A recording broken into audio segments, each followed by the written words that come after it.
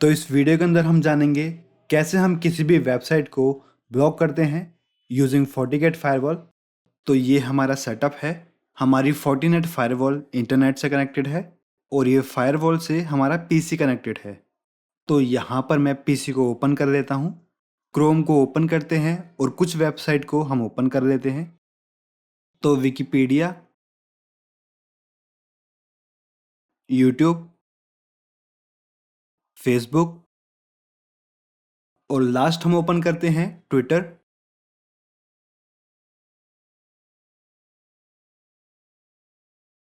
अभी सारी वेबसाइट हमारी ओपन हो गई हैं।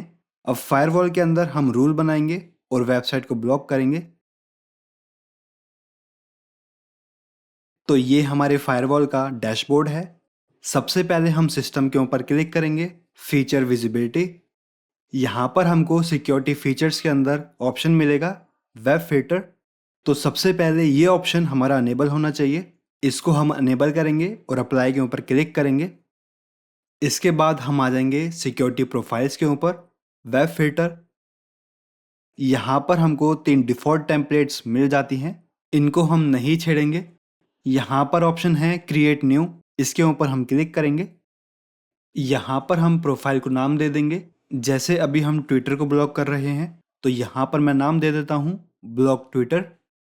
इसके बाद यहाँ पर ऑप्शन है URL फिल्टर, इसको हम अनेबल करेंगे और यहाँ पर क्रिएट न्यू के ऊपर हम क्लिक करेंगे। जिस भी URL को हम ब्लॉक करना चाहते हैं उसको हम यहाँ पर बता देंगे। यहाँ पर हम वाइल्ड कार्ड सेलेक्ट करेंगे।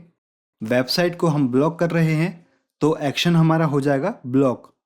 ओके के ऊपर हम क्लिक करेंगे।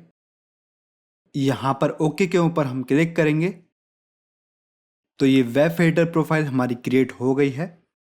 अब इस प्रोफाइल को हम अपनी पॉलिसी के ऊपर ऐड कर देंगे। तो इसके लिए हम आ जाएंगे पॉलिसी एंड ऑब्जेक्ट्स के ऊपर, फायरवॉल पॉलिसी। पॉलिसी को हम ओपन करेंगे। यहाँ पर ऑप्शन है वेब फिल्टर, इसको हम अनेबल करेंगे। जो प्रोफाइल हमने क्रिएट करी थी उसको हम यहाँ से सिलेक्ट कर लेंगे। ओके के ऊपर हम क्लिक करेंगे तो ये हमारी फायरवॉल पॉलिसी अपडेट हो गई है। अब यहाँ पर हमने ट्विटर को ब्लॉक किया है तो ट्विटर हमारा ओपन नहीं होगा। पेज को हम रिफ्रेश कर लेते हैं। ट्विटर हमारा ओपन हो रहा है।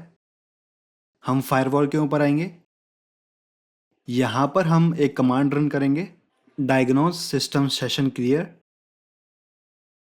इस कमांड से सारे सेशन हमारे क्लियर हो जाएंगे। यहाँ पर हम वापस से पेज को रिफ्रेश कर लेते हैं। तो यहाँ पर हम देख सकते हैं वेबसाइट ब्लॉक हो गई है।